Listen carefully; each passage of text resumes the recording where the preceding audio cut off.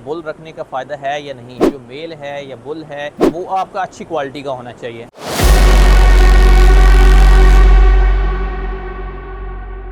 Bull रखने का फ़ायदा है या नहीं है, नो डाउट आपके पास बहुत सारे सीमेंस की फैसिलिटी होती है और रेंज होती है, लेकिन बुल आपने अपने फार्म पे रखना जो है वो ज़रूरी होता है। अभी ये तो हमें समझ आ गई कि बुल रखना चाहिए। अभी हम ये देखते हैं कि बुल रखने के लिए हमें किन किन चीज़ों को देखना चाहिए और कौन सा बुल जो है वो अपने फार्म पे रखना चाहिए। तो नॉर्मली अगर मैं फार्मर से बात करूँ जिन फार्मर्स का मेरे साथ कॉन्टैक्ट में हैं, तो वो क्या करते हैं कि अपने फार्म पे जो बुल आता है जानवर का, जो साइज़ में बड़ा होता है, जो वज़न में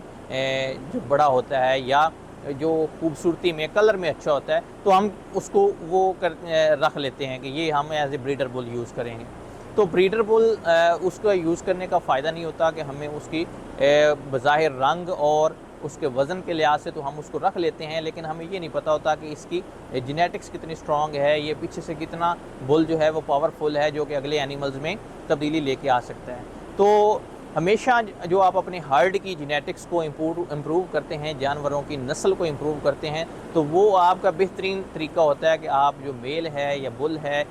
जो है वो आपका अच्छी क्वालिटी का होना चाहिए। या फॉर एग्जांपल आप सीमन भी ले रहे हैं तो वो डेफिनेटली आपके हर्ड से बेहतर होना चाहिए, ताकि वो अगली नस्ल को जो है वो बेहतर कर सके। लेकिन अगर हम बुल जो है वो अपने एनिमल्स के इक्वल रखेंगे तो हमारे हर्ड का जो जेनेटिक्स है वो उधर ही रहेगा, वो इम्प्रूव नहीं होगा। तो इसलिए बुल का जब भी आपने इंतखाब करना है तो वो कम से कम आपने अच्छा बुल का इंतखाब करना है, ताकि वो आपके जानवरों को जब क्रॉस करे, जब आपके अगले जानवर आएँ, बच्चे आएँ, तो वो पहले जानवरों से काफ़ी बेहतर हों। तो ये अब हम स्पेसिफिकली एचआरएम की बात करते हैं, तो हमारे पास ये पीछे बुल्स खड़े हुए हैं, ये जर्सी के 2 बुल खड़े हुए हैं और ये अभी हमने रिसेंटली जो है वो इम्पोर्ट किए हैं।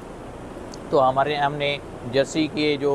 एनिमल्स हैं वो हीफर्स भी इंपोर्ट की हैं, जिसमें मिल्किंग एनिमल्स थे, बट ये 2 बुल जो हैं वो स्पेसिफिकली हमने इंपोर्ट किए हैं, वो इस मकसद से कि जो एनिमल्स रिपीटर्स होंगे हम उनमें इनको यूज़ करेंगे। अच्छा, ये अब स्पेसिफिकली जो बुल्स हैं ये हाई पेडिग्री और हाई जेनेटिक्स के हैं, और इसका सिलेक्शन का भी यही क्राइटेरिया था कि ये उन एनिमल से प्रायोरिटी में आएँ, क्योंकि इन्होंने सभी को क्रॉस करना है, तो आपकी अगली नस्ल जो है वो इन पे जो है वो डायरेक्टली रिलाई कर रही है। तो ये हाई एंड के हमने 2 बुल जर्सी के लेकर आए हैं, वो इसीलिए लेकर आए हैं कि हमारे हार्ड में जो रिपीटर्स होंगे उनमें हम ये यूज़ करेंगे। और अगर आप एक और सिनेरियो देखें तो गर्मियों में आपको पता है कि कंसेप्शन जो है जानवरों की, प्रेगनेंसी के चांसेस जो हैं वो कम हो जाते हैं। तो आप जब सीमन बार बार परचेज़ करके आते हैं तो वो आपकी इकोनॉमिक्स को डायरेक्टली हिट कर रहा होता है। लेकिन अगर आपके पास बुल होगा तो वो आपको चीपर भी पड़ेगा और आपके लिए फुली बैकअप होगा गर्मियों में भी जानवरों को प्रेग्नेंट करने का।